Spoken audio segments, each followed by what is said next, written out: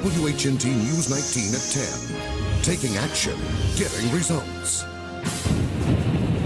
I didn't hear anything except just one big blast. It just hit the house. Hey, man, everybody okay? The threat of tornadoes becomes all too real. A tornado right in your area right now. You do need to take tornado precautions. In the dark of the night, the storms roared over the mountains of North Alabama, with the true scope of the damage not realized until daybreak. Everywhere it touched, there's devastation. Reality sets in. It's a disaster. It's sad. Makes you want to cry. Lives were spared. Schools, homes, and businesses were not. WHNT News 19's coverage, tornado destruction on the mountain, starts now. Tonight, a lot of North Alabama residents are not spending the night in their own homes, and some don't have homes left at all. The path of destruction began just about this time last night. The tornado warnings first fired off in Cullman County and quickly crossed over into Marshall County, assaulting the city of Albertville, then damaging the DeKalb County communities of Geraldine, Fort Payne, and Mentone. The view from above portrays a tornado's powerful punch, and you can see the scope of the damage. Miles of trees toppled, buildings leveled, and debris deposited. The National Weather Service's preliminary estimate categorizes it as an EF3 with wind speeds of 140 miles per hour. Alabama Governor Bob Riley will take an aerial tour of the damage tomorrow morning at 9:30. Meanwhile, schools are closed in Geraldine tomorrow and Albertville the entire week. Now, the images of the damage make you realize people in the path are truly lucky to be alive. Once a storm clears, the National Weather Service determines the storm's strength. WHNT News 19's Kelly Drewley has that in tonight's top story. Kelly, break down the stats for us. Well, Jerry, typically when a powerful tornado strikes at night, the odds are not good. Albertville Mayor Lindsay Lyons said 33 people were injured in Saturday's tornado, but only one seriously with fractures. There are 0 fatalities. That is one miracle in itself. The National Weather Service has surveyed the areas and made an estimate based on the damage they observed. It looks like the preliminary estimate is we have a EF3 tornado that touched down in this area. We're going to estimate wind speeds of 140 miles an hour at its maximum. Although through most of the city it looked like a EF2 damage in the order of 120 miles an hour. Meteorologist Michael Coyne said the tornado was approximately 3/4 of a mile wide. That is extremely wide for what we see in this part of the country. Coyne also said the exact path and length of the tornado is still being evaluated. It looks like this tornado, at least at some point in time, touched down in parts of Blount County, Marshall County, and then DeKalb. Mayor Lyons surveyed 18 miles of damage from the air. A conservative estimate was over 200 rooftops damaged.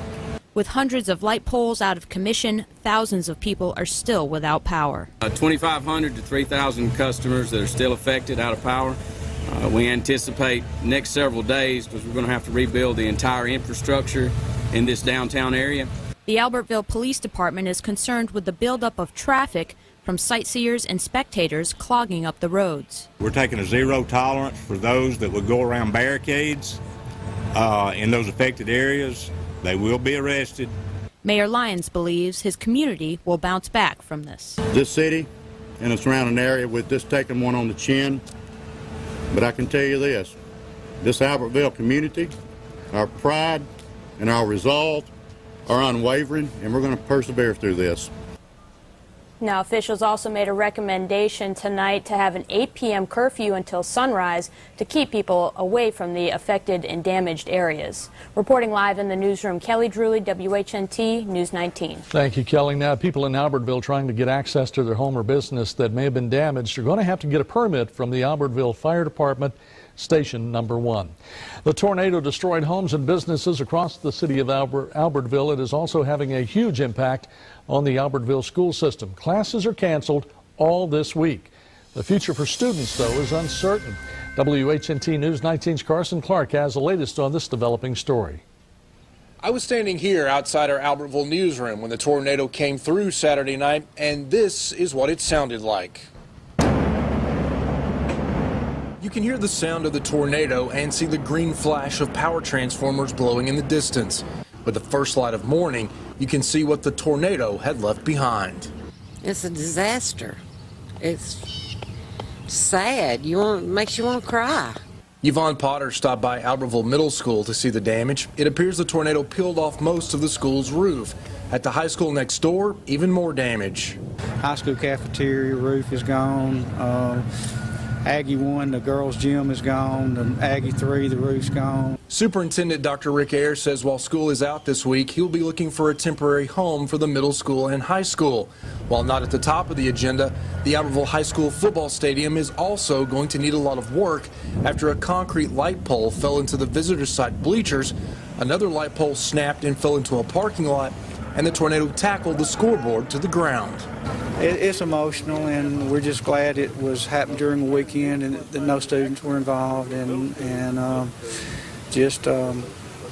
we'll get through it. And no doubt the whole town of Albertville will rise again from the damage of Saturday's tornado. In Albertville, Carson Clark, WHNT News 19.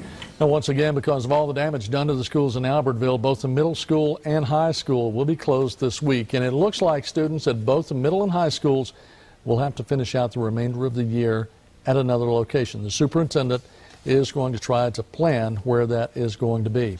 There's no telling what might happen when a tornado hovers across a community, and especially when it touches down. WHNT News 19's Vinton Blandon continues our team coverage now in Geraldine, where he talked to a woman who knows just how lucky she is and the unusual approach some are taking to help one another. Jan Masters has been a part of DeKalb County for years. She has lived in her Geraldine home for more than 30. Masters was inside the home sleeping in front of her TV when the twister came knocking at her door. All of a sudden I just woke up and I saw my screen was blue, that, you know, where I've been watching the news, and all of a sudden my lights started going on and off just real quick. Masters says the light in her home eventually went out. She was not sure what was going on, but had a feeling. It was clear once things started moving outside. And the wind got up and I knew something was different than I'd ever seen before. Masters got her first look up close during the day. It's just unreal that there's anything that can do that. What did that to Masters' home did nothing to Nina Tibbetts' home just a few feet away. But it's been bad all down through yonder and everywhere around. I bet y'all done been back that way. The only effect from the twister at Tibet's home is the loss of power. It made it through the tornado without a scratch. The entire Geraldine community is helping each other when it comes to clearing away downed trees, knocked over telephone poles, and dangling wires. Josh Stallings and his friend have been through their share of tornadoes, but this one stands out.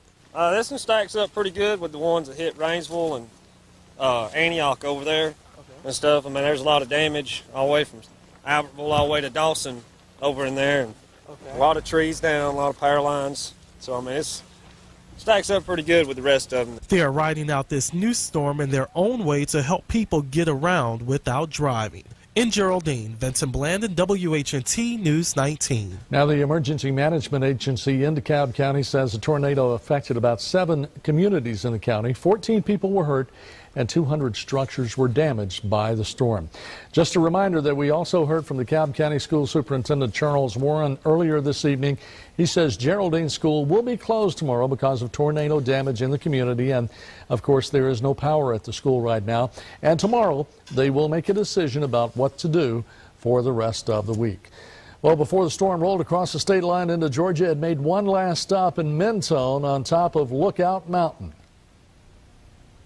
This trailer park's been here quite a while and been through weathered many storms. I never expected this. Andrea Hairston and her husband have seen severe weather before, but this time... My mom had called us and told us that it was going to get bad. Okay.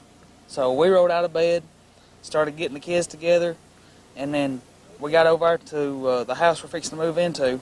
Well, I got the kids settled, and she tore out over here to get him. Davy and Andrea were worried about her brother Tony, who lives here at the Morning Glory Trailer Court on County Road 106. It was starting to hail when I pulled up in the driveway. He got in the car with me and we took off. And just in time, minutes later, Tony's trailer blew off its foundation and rolled across the street. It was upside down next to another mobile home. Tony lost everything. Except for the cat and the truck. Those are the two things that he prized the most, so everything else I think we can replace. Tony's cat, Mr. Scooter, rode out the tornado in the trailer. Where he came out was the debris was all over the place, right in the tail end of the trailer. where it's all smushed up the most, that's where he come out of. Crawled out on his own. Now, there were 10 trailers at Morning Glory Court. 8 are gone. The other 2 are damaged. We're told one man is in Huntsville Hospital with a broken back and a punctured lung. Another victim was taken to another hospital with a broken pelvis. One of the hardest hit areas is a mobile home park right across the street from Albertville Elementary School. First responders and relief workers arrived quickly to help the now homeless residents. WHNT News 19's Robert Richardson continues our team coverage tonight. Here at the Westgate Mobile Home Park in Albertville, there are dozens of trailers which are no longer livable. Amazingly, despite all the property that was lost, no lives were lost. Empty cinder blocks are all that remain on this lot, the trailer blown off. It rolled onto its roof and kept rolling with a family inside. Somehow, they walked out. I've lived here for 6 years and I've never seen anything like this before. Members of Life Point Church came immediately to help. They adopted the Westgate community a while back, providing occasional activities for the kids. We've actually done mission work with these people before. We've decided that we were going to continue helping them through this time. They really don't have anywhere else to go. They brought drinks and snacks and helped carry items that could be salvaged. This week we've decided that we're going to set up a station for 24 hours and we're going to grill out hamburgers and hot dogs and just do fun things with the kids since they're out of school for a week. We just figured we would, have something fun for them to do. A Hispanic church congregation of Jehovah's Witnesses from this area and Andiana also came to provide food and repairs. Within 2.5 hours, not only do we have a soup kitchen set up to help our relief work, also the relief work in the neighboring trailers, but we were also able to get community effort to buy the materials and to supply the workers to put this home back together. Fortunately, as you can see, this one was repairable, but this home was not. The Westgate residents are primarily Hispanic and were not prepared for a tornado. They spoke with us through the help of a translator. He hopes that nothing happens again like this. It was terrible. It's been the first one that came to around, and it's terrible. He doesn't wish this to nobody. Many people look at things like this and they think that God does provide these to strengthen our faith. We don't believe that. We believe that these are things that occur to anybody regardless of their faith. But it's faith that when things like this do happen, that brings us closer together. Even with the help already happening, there's a lot of work to do, and the people at Westgate will accept any help they can receive. In Albertville, Robert Richardson, WHNT News 19. Now, all day long, we've been getting a lot of pictures from viewers who have sent in things that they have seen, the devastation, of course. This photograph was sent in by Melissa Anderson of Grant. As you can see, a tornado actually picked this house up and put it right smack dab in the middle of the street. This photograph sent in by Jana Mayhall from Albertville, this city being one of the worst hit. As you can see, the powerful wind strong enough to knock over a tractor trailer and put it on its side. And of course, the American Red Cross disaster team has responded to the scene of devastation here in North Alabama. Red Cross volunteers working with emergency management officials in the field to confirm reports of damage to property. They also have mobilized emergency vehicles to provide food and water. Red Cross is also providing shelter to people who may be displaced. They're urging anyone who might need assistance to call this number, 256-582-0202. Well, the storm left families devastated, many without homes, so the American Red Cross once again has opened an official shelter at the National Guard Armory. It is for anyone whose home was damaged or destroyed by the tornado. The American Red Cross team started receiving families at 1:30 this morning. WHNT News 19 team coverage of the destruction on the mountain continues tomorrow morning. Be sure to tune in early starting at 5 a.m. We'll be live in Albertville bringing the very latest information on the storm's impact and, of course, the recovery process. We have information about local Red Cross shelters and a list of schools and businesses that are closed on our website. When you go to the home page, click on any of the top stories posted about the tornado damage. You will also find a lot of pictures sent in by viewers taken of the storm damage. All you have to do is go to WHNT.com. Coming up, Alabama not the only state hit by severe weather over the weekend. The storm's deadly in Mississippi. But one thing that was not damaged, the spirit of people worshiping and giving thanks on this Sunday after the storm. Alabama not the only state hit by tornadoes. The storms ripped a path of destruction from Missouri to Louisiana, Arkansas to Alabama. 10 people were killed, including 3 children. And in Yazoo County, Mississippi, just pray for your protection and your guidance, Lord. Folks are still in shock, but members worshiped this morning with tears of sorrow and voices of hope, standing on what's left of their church. Dale Thrasher was inside that church when the tornado hit. He is alive after hiding under the communion table. I just asked the good Lord to help me and protect me, and it's just like he put his arms around me, sealed me under that table. Everything else was thrown around. Mississippi Governor Haley Barbour grew up in Yazoo County. He toured the devastation from the air, describing what he saw as utter obliteration. Going to check in now with meteorologist Christina Meeks. We had a little rain here in the Huntsville area tonight, but I know you're also going to be talking about some of the storm damage over in Cullman County. Yeah, the National Weather Service surveyed that damage caused by the tornado last evening in Cullman County. That twister was an EF2 tornado with winds of 115 miles per hour, and it touched down on Highway 31. I remember when that happened near the intersection of County Road 601. It was about 7:13 last night, and it damaged several businesses in the Phelan community before it actually knocked down those power lines and then snapped and uprooted more than 120 trees. A house also had minor damage, and a carport was destroyed. And also in the Welty community, 2 chicken houses were destroyed near County Road 747. And the tornado finally lifted on County Road 643 after damaging a barn. That particular thunderstorm was under a tornado warning when it was in Blount in Cullman County before it actually made its way into Marshall County, of course, and then into southern DeKalb County as well. Now tonight, you may have been a little bit surprised over in the Shoals, if you were not watching the show at 5:30, to hear a rumble of thunder. Earlier tonight, we had one thunderstorm that moved through very slowly through the Shoals and then spread out as it made its way through North Alabama. So we have a few showers in the area now, and I guess that's a sneak peek of your 7-day planner. But anyway, temperatures right now are in the 60s, and it's a little bit humid. It was dry today, but the humidity has picked up again tonight. We still have the low 60s pretty much region-wide, Union Grove at 65 as well as Huntsville.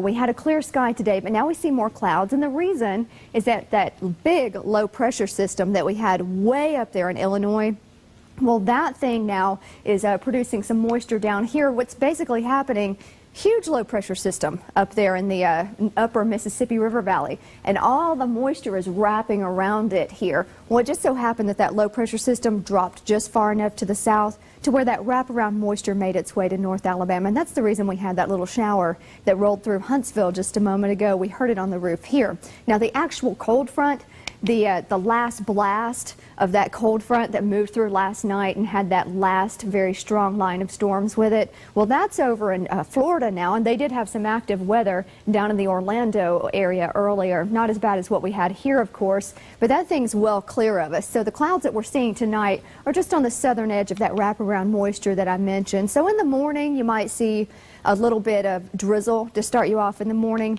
and by afternoon you'll see mostly cloudy sky, a little bit of sunshine peeking through. But like I said, the system itself is going out into the Atlantic and not going to be a problem for us anymore. Actually, we'll get cooler temperatures behind it for Monday, so it won't be quite as warm as today.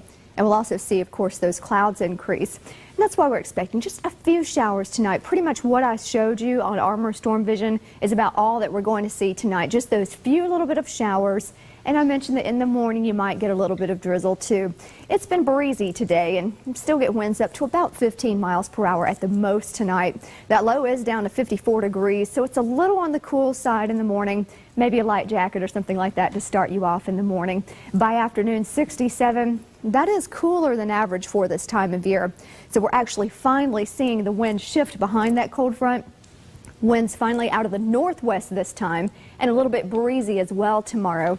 Don't forget, though, it's just a little bit of drizzle that you'll see tomorrow. After that, it's just a mostly cloudy sky. But on Tuesday, there's a possibility for isolated showers again. As we get through the week, we will warm it up, and then by Saturday, a chance for isolated storms. Jerry? Well, the weather shutting down racing down in Talladega yesterday, but today both races run, and as usual, fans were not disappointed with all the action. The Sprint Cup race was won by a bumper. The amazing finish next on sports.